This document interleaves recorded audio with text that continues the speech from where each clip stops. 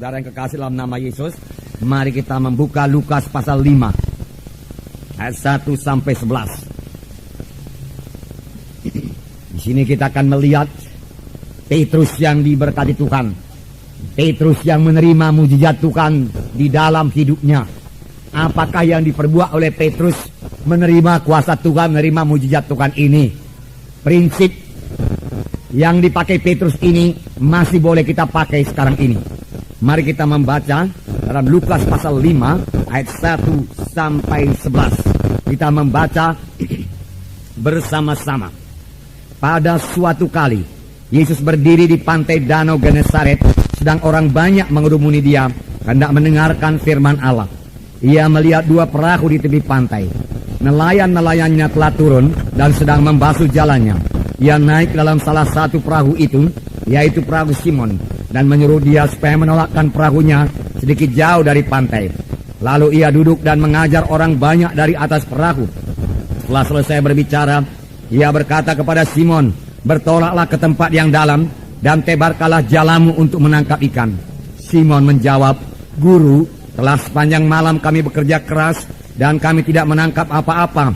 Tetapi karena engkau menyuruhnya, aku akan menebarkan jala juga." Dan setelah mereka melakukannya, mereka menangkap sejumlah besar ikan, sehingga jala mereka mulai koyak. Dan mereka itu datang. Lalu mereka bersama-sama mengisi kedua perahu itu dengan ikan, hingga hampir tenggelam. Ketika Simon Petrus melihat hal itu, ia pun tersungkur di depan Yesus dan berkata, "Tuhan, pergilah daripadaku, karena aku ini seorang berdosa." Demikian juga Yakobus dan Yohanes, anak-anak Zebedeus, yang menjadi teman Simon. Kata Yesus kepada Simon, "Jangan takut, mulai dari sekarang kau akan menjala manusia." Dan sesudah mereka menghela perahu-perahunya ke darat, mereka pun meninggalkan segala sesuatu, lalu mengikut Yesus. Dimulai daripada Tuhan Yesus, saudaraku, mengajar di tepi pantai Danau Genesaret. Dan orang banyak datang mengerumuni Tuhan Yesus. Orang banyak pada saat itu haus akan firman Tuhan. Sudah lama mereka tidak mendengarkan firman Tuhan yang hidup. Sebab pengajaran Tuhan Yesus lain sekali daripada pengajaran ahli-ahli Taurat. Ahli-ahli Taurat sendiri mengakui bahwasanya pengajaran Yesus berkuasa. Mengapa pengajaran Tuhan Yesus berkuasa? Sekarang kita mengetahui, saudaraku, pengajaran Tuhan Yesus berkuasa karena Tuhan Yesus diurapi oleh Roh Kudus. Tuhan Yesus sendiri mengatakannya, "Roh Tuhan ada padaku, dan Roh Tuhan itu mengurapi aku, sehingga aku memberitakan Injil kepada orang miskin-miskin, membebaskan orang tertawan, melepaskan yang terikat, membebaskan yang tertindas, dan seterusnya, memberitakan tahun rahmat Tuhan telah datang." Semua ini dilaksanakan Tuhan Yesus, saudaraku, dengan kuasa Roh Kudus, dengan urapan Roh Kudus, saudaraku. Nah, kalau Tuhan Yesus melayani dengan urapan Roh Kudus, apalagi kita.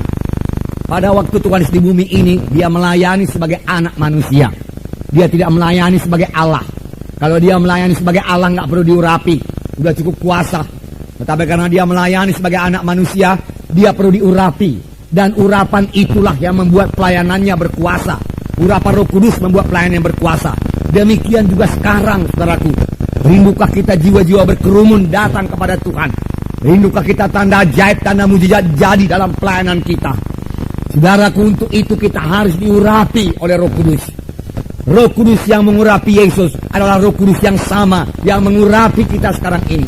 Roh Kudus tidak berubah.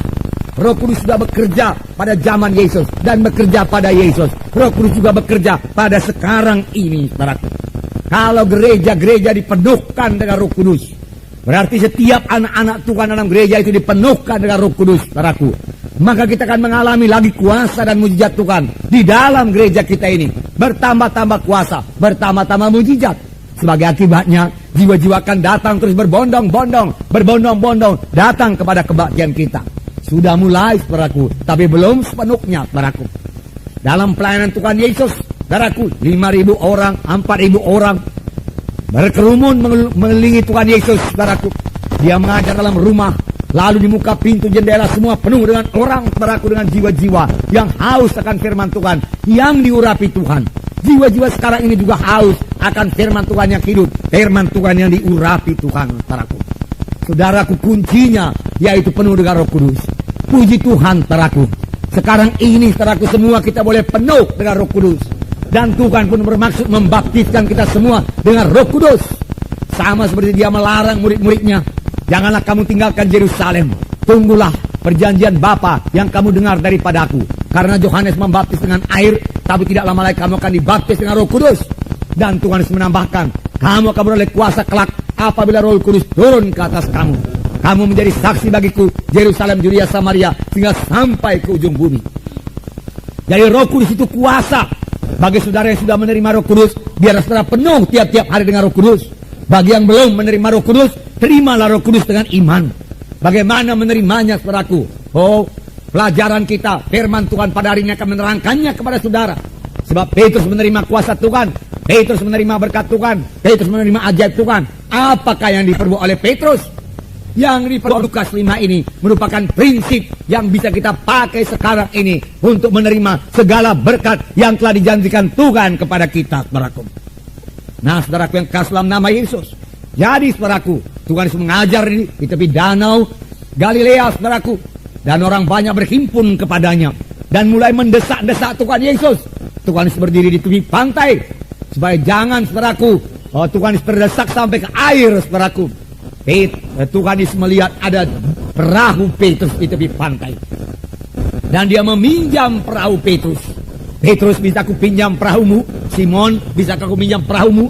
Wah, Simon berkata, silakan Tuhan. Ya, silakan. Lalu, saudaraku, Tuhan Yesus mulai mengajar orang banyak dari atas perahu Petrus.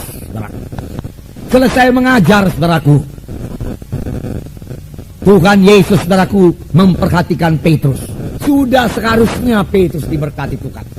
Layaklah Petrus menerima berkat Tuhan, saudaraku. Mengapa, saudaraku? Petrus sudah menabur. Kalau sekarang ini kita katakan, semua yang menabur, saudaraku, pasti menuai. Saudaraku, Petrus telah memberikan perahunya dipakai untuk mengabarkan Injil. Layaklah, sudah seharusnya lah Petrus diberkati Tuhan. Saudara kekasih, dalam nama Yesus, Tuhan mau memberkati Petrus. Tuhan mau mencurahkan berkatnya pada Petrus. Tetapi, saudaraku, Tuhan mempunyai jalan Tuhan sendiri. Bagaimana dia mencurahkan berkat itu? Ada jalan Tuhan, saudaraku. Tidak otomatis, saudaraku, berkat itu turun, saudaraku. Saudaraku, jalan apakah itu? Bagaimanakah menerima berkat Tuhan itu? Jawabannya singkat saja, saudaraku. Kalau kita mau menerima berkat Tuhan, kita harus menerimanya dengan iman.